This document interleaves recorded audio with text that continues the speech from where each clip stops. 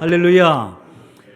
지난 우리 5주 동안 오늘 6주째 설교 테마가 있다고 하면은 다음 세대의 신앙을 어떻게 세울 것이냐에 대해서 오늘 설교를 계속 해왔어요. 오늘 마지막 시간인데요. 같이 한번 제목 읽습니다. 시작. 크게 시작. 누구한테 말하라? 다음 세대에게 말하라. 여러분, 지금 한국교회가요, 다음 세대가 무너지고 있습니다. 소리가 막 들려요. 우르르 쾅쾅쾅쾅 막. 안 들리십니까, 여러분? 교회마다 다음 세대가 무너져요. 주일학교 예배가 없어지는 교회가 많고요. 큰 교회라 할지라도 1000명 모이는 2000명 모이는 교회를 할지라도 주일학교가 100명, 200명도 안 모이는 교회가 많아요. 곧 그게 무슨 얘기냐면 앞으로 그 아이들이 청년되어지고 지금의 시대가 돌아가시면 교회가 얼마나 작게 되는지를 그려볼 수 있는 거예요. 10분의 1로 주는 거예요. 10분의 1로. 여러분, 다음 시대가 무너진다는 이 교회가 다음 시대가 무너진다는 이 말이 나하고 무슨 상관이야? 라고 혹시 생각할지 모르겠습니다만은요. 한 번 더 생각하면요. 국가의 흥망성쇠와 관계가 있습니다. 다음 시대가 무너지는 것이 국가의 흥망성쇠와 관계가 있어요. 동의 안 하시는 것 같은데요. 여러분, 대한민국의 지금의 부흥은요. 1세기가 안 됐습니다. 36년의 일제강점기 다 뺏겼습니다. 강토, 산야의 모든 자원들, 산림자원, 곡물자원 다 뺏겼습니다. 또 6.25 전쟁을 말미암아 전체가 폐허가 되어버렸습니다. 희망이 보이지 않는 땅이었습니다. 근데 이 땅에 복음이 들어왔습니다. 그리고 100년이 못 되어서 지금의 부국을 이루고 있습니다. 교회 성장과 맞물려서 한국이 지금 이렇게 발전했습니다. 우리만 아니라 유럽도 마찬가지입니다. 우리 역사 가운데에 옛날 고대 시대에 샤머니즘을 성했던 그 시대, 아니면 불교가 국교했던 시대, 아니면 유교가 국교된 시대의 가운을 볼 때에 이처럼 발전할 때가 있었습니까, 여러분? 주님을 잘 섬기니까 하나님께서 이 땅을 축복해 주었고, 지금의 모든 유럽도 마찬가지 아니겠습니까? 그 근간이 종교예요. 기독교예요. 근데 지금 우리 한국교회가 다음 세대가 무너진다는 이 말은 뭐냐면 앞으로 국가의 존망이 걸려 있다라고도 할 수 있어요. 왜 다음 시대가 무너지나, 다음 시대 신앙이 왜 무너지나 할 때 첫 번째 이유가 뭐냐면요. 우리나라가 아이를 안 낳아요. OECD 국가 중에서 최하입니다. 0.7. 한 명을 안 낳아요. 그러니까 학교가 통합을 합니다. 초등학교가. 학생 수가 얼마 안 되니까 학교끼리 통합을 해요. 폐교해버리기도 하고. 지금 소아과 의사들이요, 폐업을 해버립니다. 그래서 아이 있는 어머니들이 소아과 병원이 없어가지고 걱정을 많이 해요. 왜 없냐면, 왜 폐업해버리냐면 아이들이 병원에 안 오는 거예요. 애가 태어나야지 병원에 올 텐데 병원에 올 아이들이 없는 거예요. 그러니까 폐업을 하는 거 아니겠어요? 이 심각합니다. 또 한 가지 이유가 있다고 한다면 우리의 책임이에요. 우리의 선배님들께서는요, 신앙을 잘 가르쳤습니다. 그 아들들에게. 여러분이 아닙니까? 여러분들이 윗대의 신앙을 배워가지고 지금 교회에 충성스럽게 봉사하고 있는 거 아니에요? 근데 우리 다음 세대는 지금 어떻게 되고 있어요? 많은 자녀들이 교회를 안 다녀요. 신앙은 있어요. 기독교라고 얘기합니다만 교회를 안 나와요. 그건 무슨 얘기냐면 우리 세대에서 그 아이의 신앙을 철저하게 안 가르친 거예요. 공부해라. 좋은 대학 가야지. 건강해야지. 그래서 잘 먹이고 잘 입히고 돈을 많이 들여서 학원을 보냈습니다만은 야, 교회 안 가냐? 너 교회 안 가? 밥 굶어라. 교회 안 가면 밥 굶어야 돼. 하고 밥을 굶기는 어머니가 없잖아요. 교회는 안 가도 1등만 하면 최고지. 좋은 대학 가면 최고지. 그렇게 해서 공부했지. 예수 믿어라. 교회 가라. 교회에서 봉사해라. 이렇게 가르치는 부모님들이 우리가 아니었잖아요. 그리고 당연히 아이들이요. 교회에 나오지 않는 거예요. 그리고 또 한 가지 이유가 있다고 한다면 우리의 신앙이 다음 시대가 볼 정도 보고 존경할 만한 신앙을 못 가진 거예요. 교회에서는 충성스러운 권사님이고 집사님이시고 장로님이신데 집에 가서는 그렇지 않은 거예요. 그러니 아이들이 부모의 신앙 보고 회의를 느끼는 거죠. 회의를 느끼는 거예요. 저렇게 예수 믿나? 저럴 바에는 왜 교회 다니지? 말은 안 하지만요. 어쩌면 다 보고 느끼지 않겠습니까? 적당히 믿으면 되는 거구나. 바쁘면 안 가가 되고 또 여유 있으면 가고 뭐 그런 거구나 라고 말을 안 했어도 다 보고 있는 거예요. 그러니 그 아이들의 신앙을 따라 하겠습니까? 그러니까 안 하는 거지요. 우리 지난 몇 주간 동안에 다음 시대 신앙이 어떻게 전수가 되었는가에 대해서 설교를 들었습니다. 노아 시대는 어떤 시대예요? 하나님께서 이 땅을 물로 심판하겠다고 할 정도로 타락한 시대 아닙니까? 근데 노아의 식구 8명은 방주에 다 들어갔습니다. 이게 무슨 말이에요? 노아가 무슨 이야기를 해도 최소한 그의 아내와 아들들과 며느리들은 우리 아버님, 내 남편의 말에 대해서 100% 신임하는 거예요. 전혀 비가 올 것 같지가 않아. 방주를 지었는데도 120년 동안 방주를 지었는데도 다 도와주어요. 그리고 때가 되어지자 얘들아 들어가자 했을 때에 한 명도 아버지 아니 무슨 비가 옵니까? 도대체 비가 뭐예요? 하늘에서 물이 떨어진다는 말씀입니까? 그게 뭔데요? 아유 참 아버지는 왜 그러십니까? 라고 한 자식이 없어요. 들어가자. 예, 다 들어갔습니다. 무슨 얘기입니까? 최소한 그 아이들은 그 아내는 자기 남편의 신앙에 대해서 아버지 신앙에 대해서 믿은 거예요. 우리 아버지가 믿는 하나님은 진짜다. 우리 아버지 신앙은 거짓이 없다. 분명 뭔가 있을 것이다. 아버지께서 명하시니 당연히 예 하고 들어가야지 하고 들어간 거 아닙니까? 그래서 홍수를 면했습니다. 아브라함의 아들 이삭은 누굽니까 여러분? 아브라함은 헌신한 사람이에요. 본토 친척 아비를 떠나라 하니까 떠났습니다. 정착민에서부터 나그네 생활. 앞이 안 보여요. 앞이 장래가 아무것도 보장이 안 돼 있어요. 정착해 있으면 안정되어 삶을 살지만 떠나버리면 안정됨이 없습니다. 근데 갔습니다. 말씀 의지해서. 그게 아브라함이에요. 그것을 이삭이 봤어요. 우리 아버지 아브라함은 하나님께 전적으로 헌신한다. 가라 하면 가는 신앙이고 하라마 하는 신앙이다. 그걸 아들이 본 거 아닙니까? 그랬을 때에 모리아 산에서 아버지가 자기를 결박할 때에 20세 젊은 이삭이요 결박당합니다. 아브라함 나이 135세, 이삭 나이 20대 초반. 묶입니다.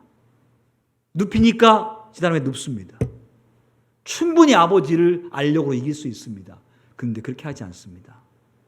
자기를 죽이려고 합니다. 가만히 있습니다. 왜냐하면 이삭은 아버지의 신앙에 대해서 이만큼도 의심해 본 적이 없고 아버지가 믿는 하나님은 어떤 분인가를 그가 봐서 알기 때문에 느껴서 알기 때문에 아버지가 하시면 나는 그대로 순종한다. 이런 헌신의 마음이 있는 거예요. 다윗의 아들 솔로몬 25세 왕이 되었습니다. 아버지는 위대한 왕입니다. 정치, 경제, 군사, 사람 다스리는 것 뭐 하나 빠진 것이 없습니다. 근데 솔로몬은 아무것도 모릅니다. 근데 한 가지 있습니다. 하나님, 저는 부족한 사람이에요. 내가 어떻게 아버지의 뒤를 이어서 왕이 되겠습니까? 하나님 나에게 지혜를 주세요.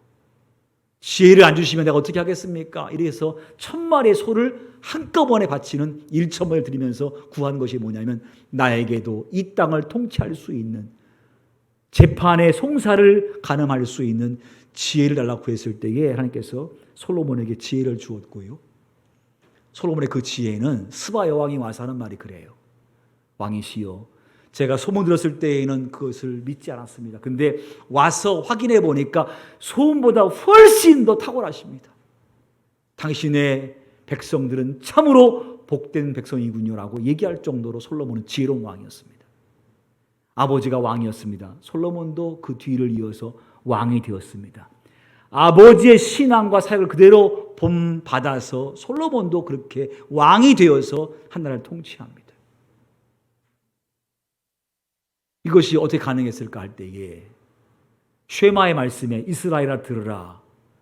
너희는 네 자녀를 가르치되 집에 앉아 있을 때에나 누워 있을 때에나 길을 나설 때에나 언제 어디에서나 여호와를 경외하는 것을 가르쳐라. 마음을 다하고 목숨을 다하고 뜻을 다하여 하나님을 경외하는 걸 가르쳐라는 이 말씀을 듣고 이스라엘의 유대의 모든 아버지들은 그 말씀대로 자식들을 가르쳤습니다.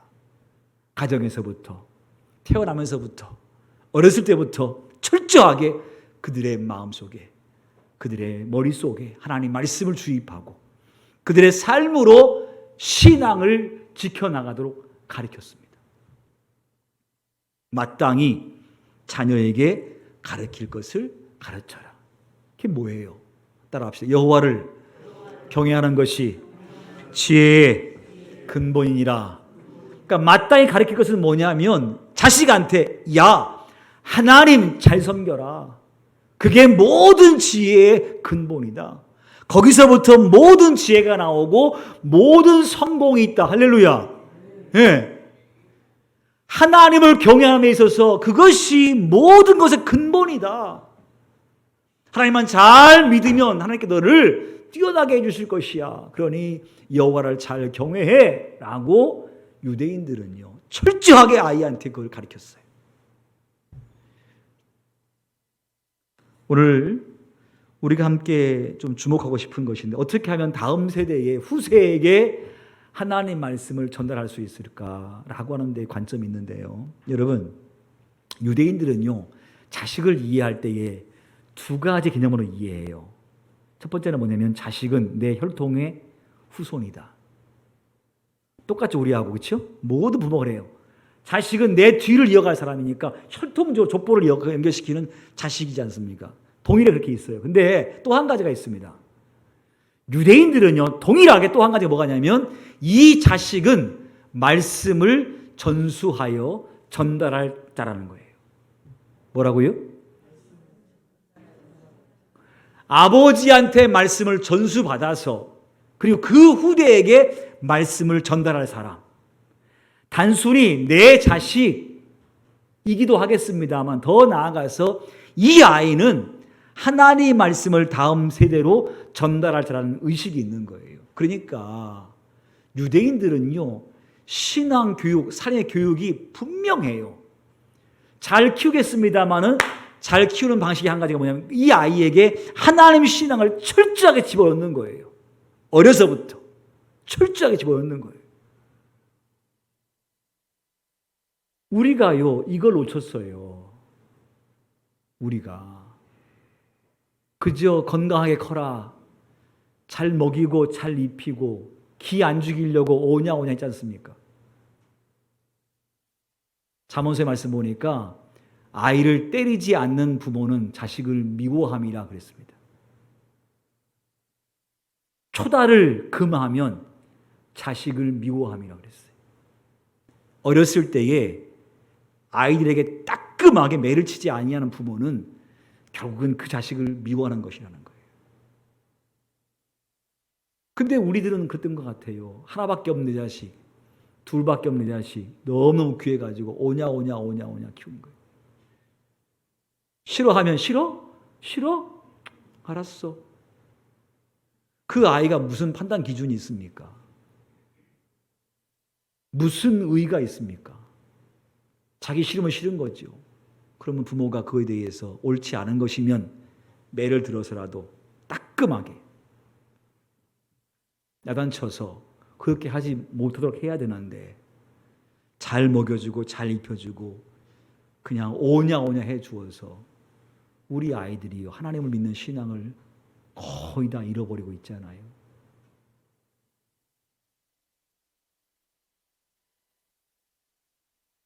유대인들은 자식을 볼 때 이 아이는 하나님의 말씀을 다음 세대에 전달할 사람이라는 것을 인식하기 때문에 철저하게 말씀을 가르쳐요. 그러니 삶의 우선순위가 분명해요.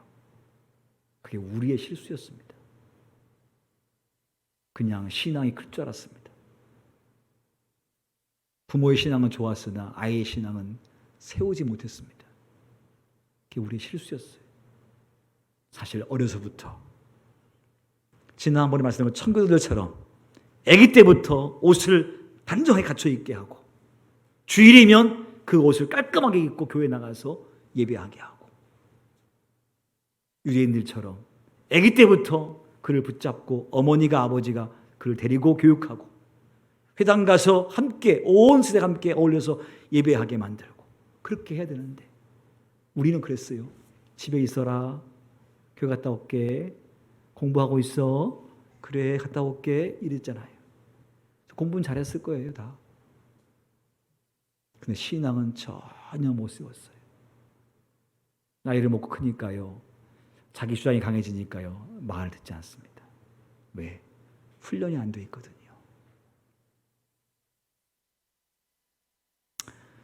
여러분, 이스라엘이요 얼마나 위대한 민족이냐면 저는 오늘 이 설교하면서 이스라엘이 위대하다, 유대인들이 위대하다는 얘기 하고 싶은 것은 아니에요. 근데 우리가 본받을 것이 있다고 한다면 지금 이스라엘이 팔레스틴 지역에 있는데요. 이 이스라엘이 그 나라 건국될 때가 1948년도입니다. 1948년도에 지금의 이스라엘이 건국됐어요. 그럼 언제 망했을까요? 그래요. AD 70년에 망했어요. 로마에 의해서 예루살렘이 함락되어 버렸습니다. 그러고 나서 AD 70년에 망하고 1948년도에 그 나라가 다시 세워진 거예요. 약 1900년 동안 나라가 없었어요. 그리고 나서 나라를 딱 세우자 세계의 모든 흩어져 있는 유대인들이요. 정신이 살아있는 유대인들이 예루살렘으로 다 몰려 들어와요. 각 나라에서 집 팔고 땅 팔고 다 팔아가지고 내가 우리 주상이 가지고 있던 땅, 우리 주상의 땅, 그 땅과 살아야지.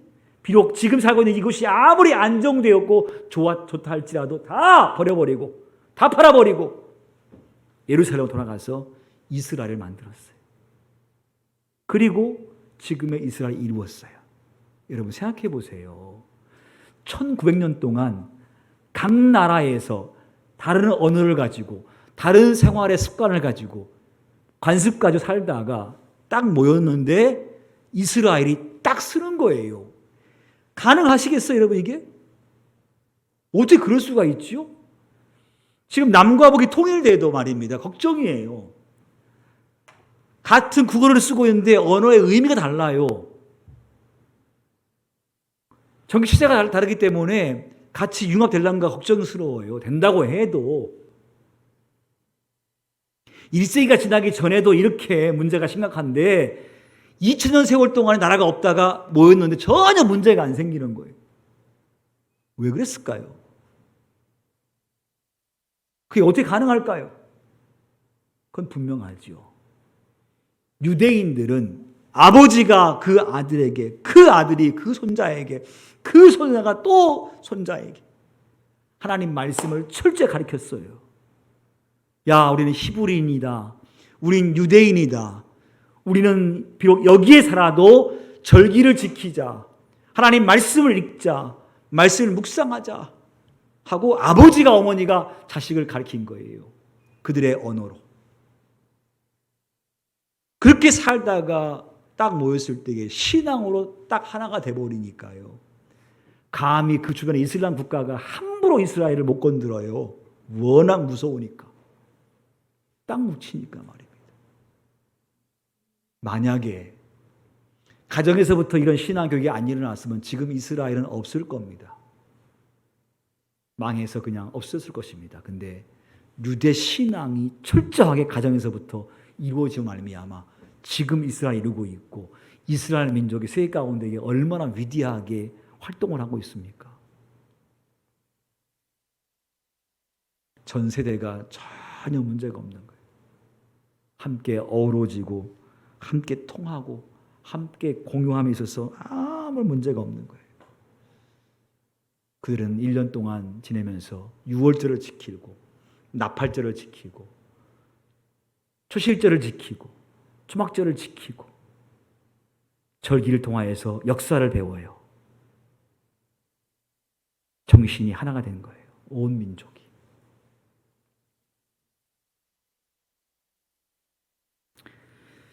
지금 그들은요, 하루에 3번씩 기도합니다. 성경대로.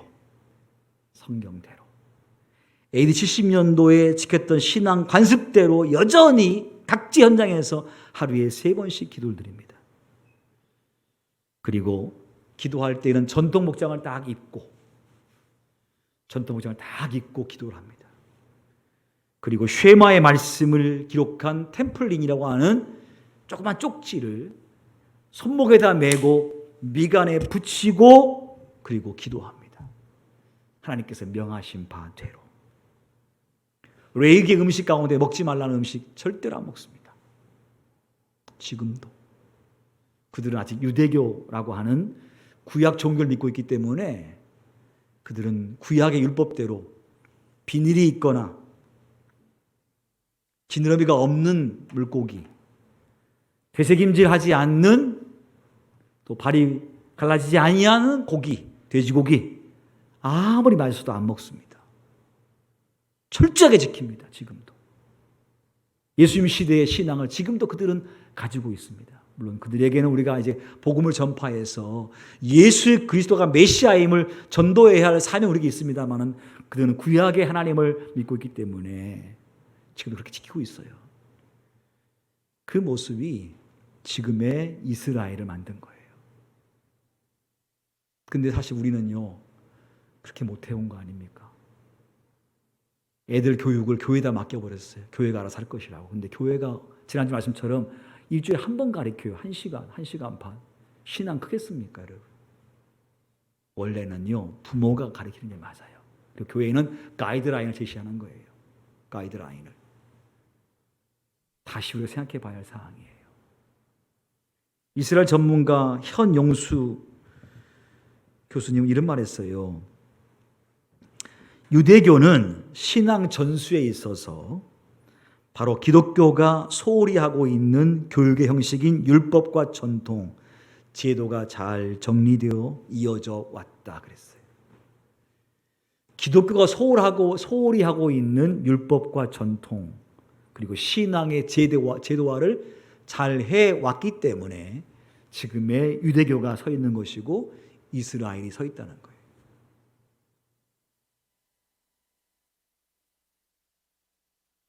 종교 심리학자 엘 포트는 우리 신앙에 있어서 내면화와 그리고 제도화가 중요하다 그랬어요.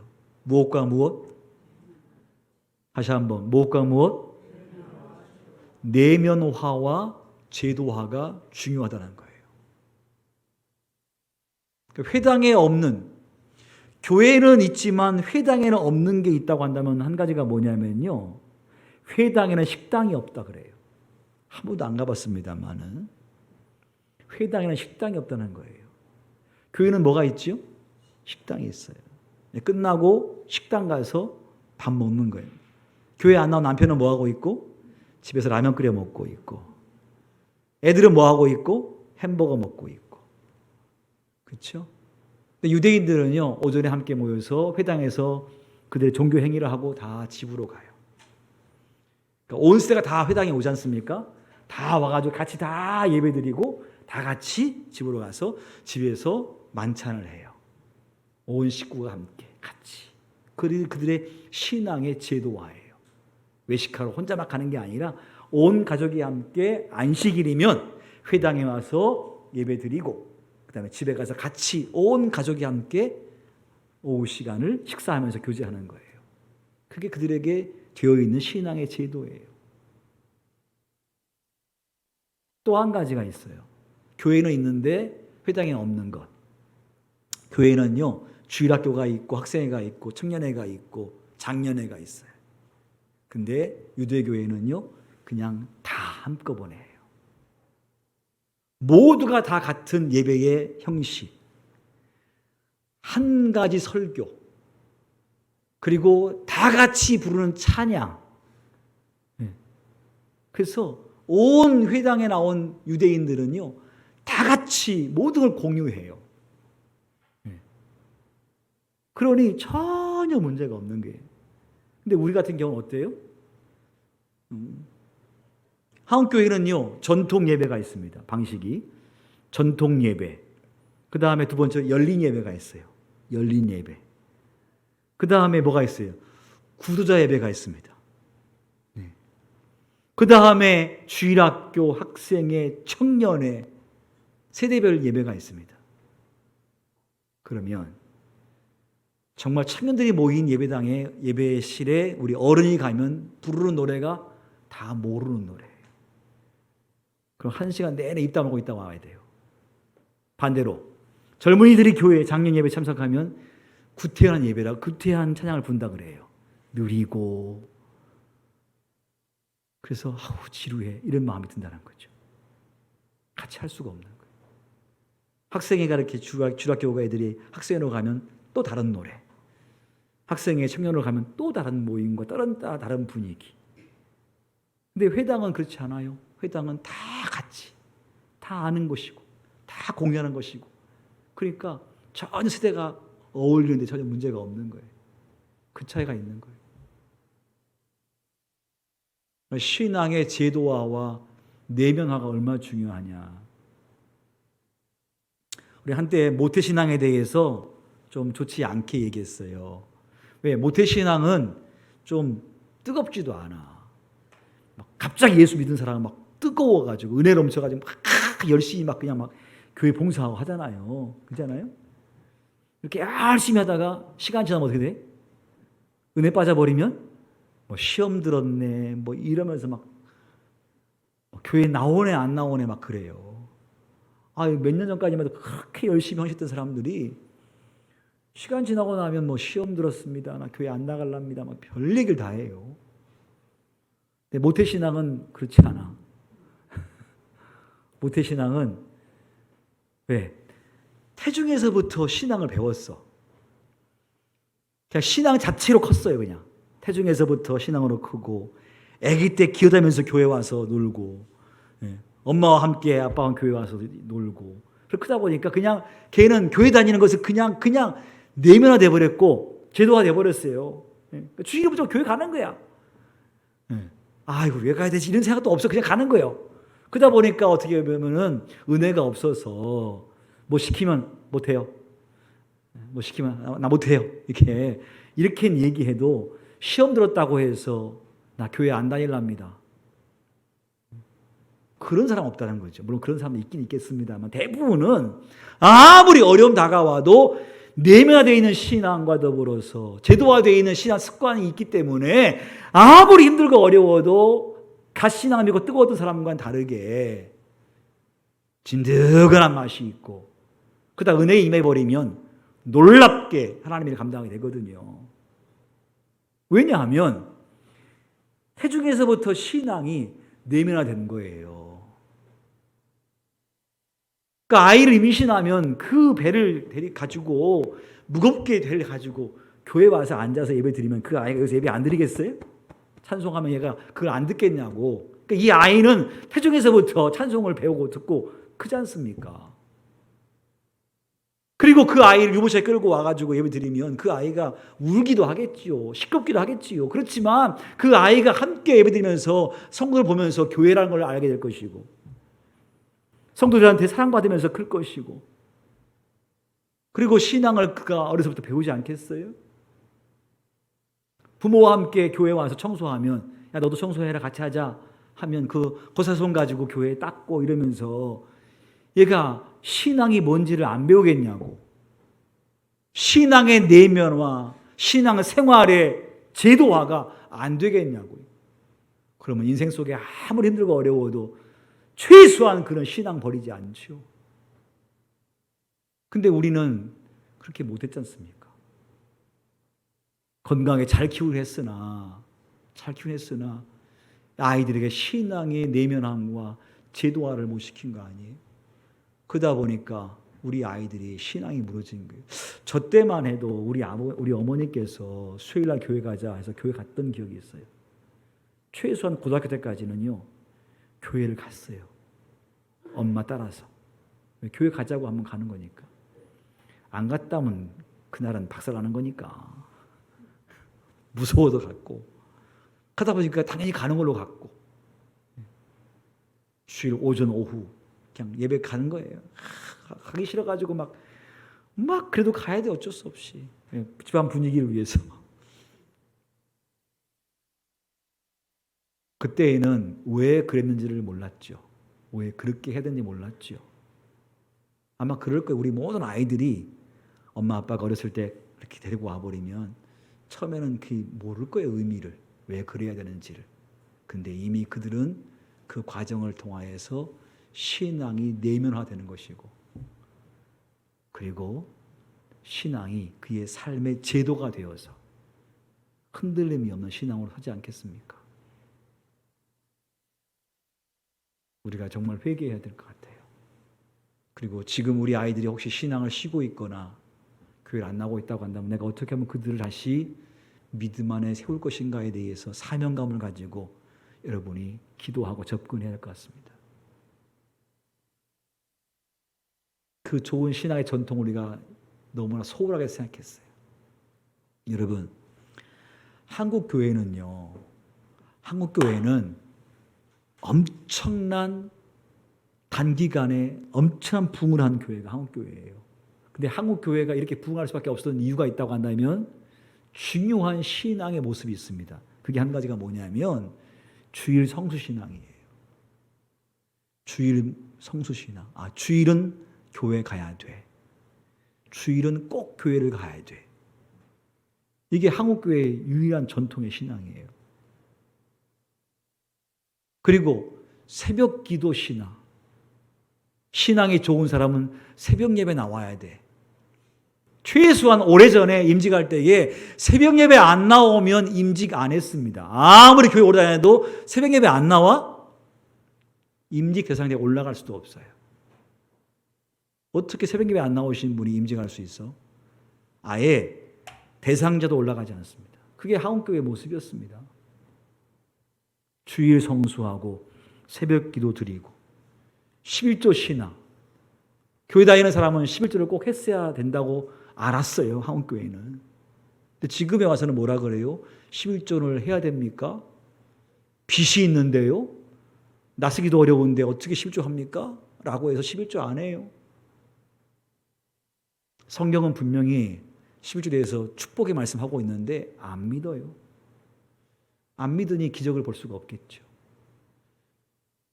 또 한 가지가 뭐가 있을까요? 교회 사랑 신앙. 우리 신앙의 어머니들은요, 교회를 정말 사랑했습니다.